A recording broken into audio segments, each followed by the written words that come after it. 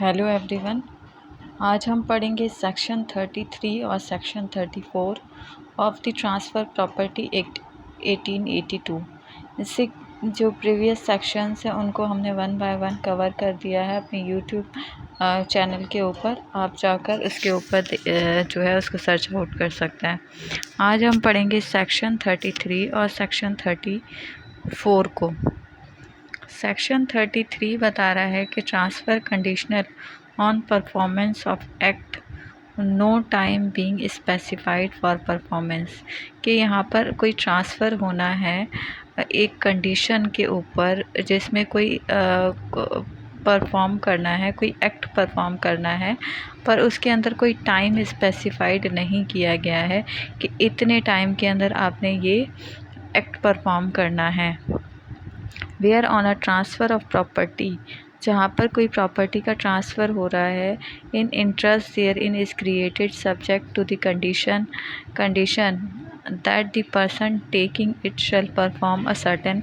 Act, के जहाँ पे कोई पर्सन पे कोई कंडीशन लगा दी जा रही है कि तुम ये सर्टेन एक्ट परफॉर्म करोगे तब जो है तुम्हें ये प्रॉपर्टी ट्रांसफ़र होगी। But no time specified for the performance of the act, but उस एक्ट परफॉर्म करने के लिए कोई टाइम स्पेसिफाइड नहीं कर रखा है। The conditional is broken when he render impossible, तो इस सूरत में जब कंडीशन फुलफ़िल नहीं होती है तो कंडीशन ब्रेक आउट कर दी जाती है, तो फिर वो जो है ट्रांसफ़र वो इम्पॉसिबल हो जाएगा, वो आगे फर्दर परफॉर्म नहीं किया जाएगा और उसको जो है वहीं पे ही जो है ब्रेक कर दिया जाएगा। अगर उस कंडीशन को कोई फुलफ़िल नहीं कर रहा है, जो कोई एक्ट करने के लिए बताया है, अगर उसको कोई परफॉर्म नहीं कर रहा है, तो फिर उस सूरत में वो जो हमने कंडीशन लगाई तो वो ब्रेक हो जाएगी और आगे फर्दर प्रॉपर्टी आगे ट्रांसफ़र नहीं होगी उस पर्सन को। सेक्शन 34 बता रहा है कि transfer conditional on performance of act, time being specified, कि यहाँ पे कोई कंडीशन लगाई है कोई एक्ट परफॉर्म करने के लिए और उसमें कोई स्पेसिफाइड टाइम बता दिया गया है। Where in act is to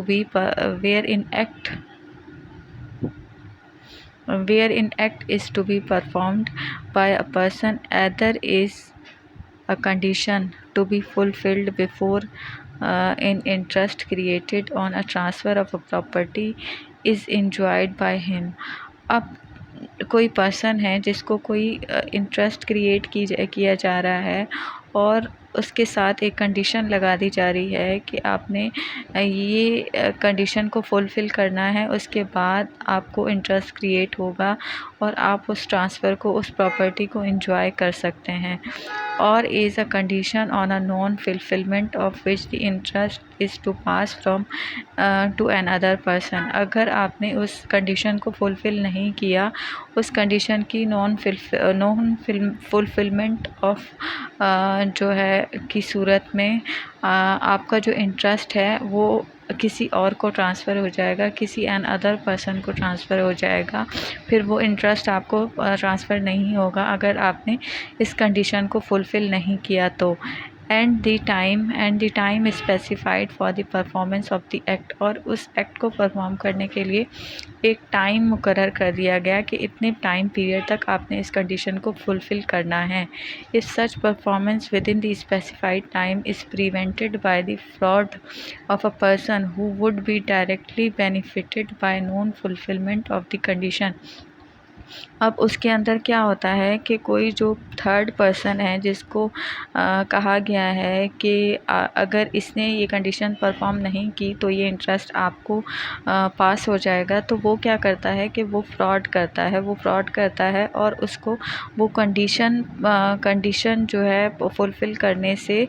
रोकता है, प्रिवेंट करता है, ताकि उसको ये प्रॉपर्टी ट्रांसफ़र ना हो। और जब ये प्रॉपर्टी उसको ट्रांसफ़र नहीं होगी, वो कंडीशन को फुलफ़िल नहीं करेगा, तो ऑटोमेटिकली इसका ट्रांसफ़र मेरे पास हो जाएगा। Such further time shall B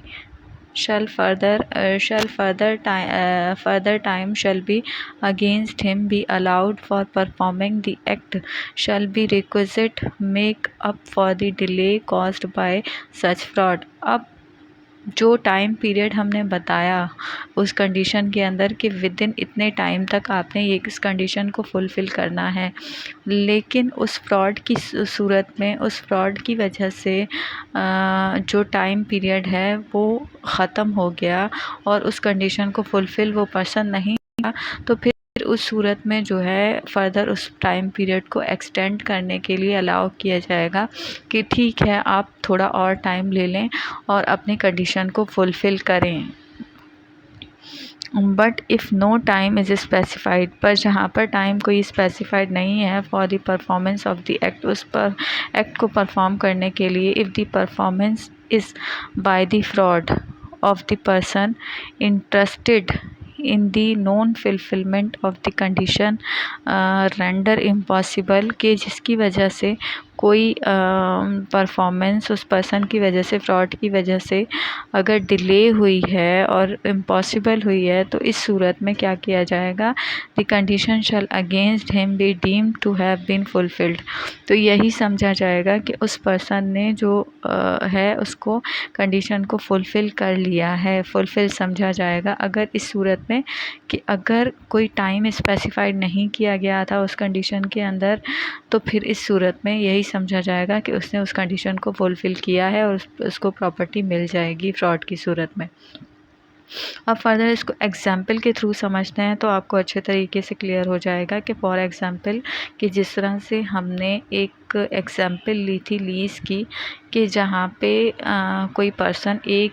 कहता है बी को कहता है कि अगर तुमने विद इन 3 मंथ के अंदर लीज़ को कंप्लीट करवाया तो ये प्रॉपर्टी तुम्हें ट्रांसफ़र हो जाएगी, और अगर विद इन 3 मंथ तुमने उस लीज़ को कंप्लीट नहीं करवाया तो ये जो प्रॉपर्टी है ये जो है सी को ट्रांसफ़र हो जाएगी। अब सी क्या करता है, अपने बेनिफिशियल इंटरेस्ट के लिए जो बी को है प्रिवेंट करता है किसी तरीके से कि वो उस प्रॉपर्टी को लीज़ ना करवाए ताकि इसका बेनिफिट इस प्रॉपर्टी का मुझे मिल जाए। तो इस सूरत में जो उसने प्रिवेंट किया है बी को, तो यही समझा जाएगा कि इसने फ्रॉड किया है। और अब जो 3 मंथ का टाइम था, उसका पीरियड था बी का, वो एक्सटेंड कर दिया जाएगा क्योंकि उसका टाइम जो है ख़राब हुआ है इस पर्सन की वजह से, सी की वजह से, तो उस टाइम को एक्सटेंड कर दिया जाएगा। और अगर जहाँ पे कोई कंडीशन मेंशन नहीं, कोई टाइम पीरियड नहीं रखा गया है, फॉर एग्ज़ाम्पल वहाँ पे अगर 3 मंथ का टाइम पीरियड रखा था और अगर कोई टाइम पीरियड नहीं रखा गया है, तो इस सूरत में फिर क्या होगा, इस सूरत में ये होगा कि यही समझा जाएगा कि बी को प्रॉपर्टी ट्रांसफ़र हो गई है और उसके कंडीशन जैसे फुलफ़िल होगी उसको ट्रांसफ़र हो जाएगा। और एक दूसरी मिसाल के ज़रिए से समझ लेते हैं, जो हमने पिछली मिसाल को समझा था कि ए ने बी से कहा कि तुम अगर 3 साल के लिए इंग्लैंड नहीं जाओगे, विद इन 3 ईयर तक तुम इंग्लैंड नहीं जाओगे तो ये प्रॉपर्टी तुम्हें ट्रांसफ़र हो जाएगी। अगर तुम चले गए तो फिर ये प्रॉपर्टी सी को ट्रांसफ़र हो जाएगी। अब सी क्या करता है कि किसी तरीके से फ्रॉड करके बी को जो है वो इंग्लैंड भेज देता है ताकि वो प्रॉपर्टी उसको ट्रांसफ़र हो जाए सी को। तो अब इस कंडीशन में क्या होगा, इस कंडीशन में जो है इस कंडीशन में अगर सी ने अगर इस तरह का कोई फ्रॉड किया है तो फिर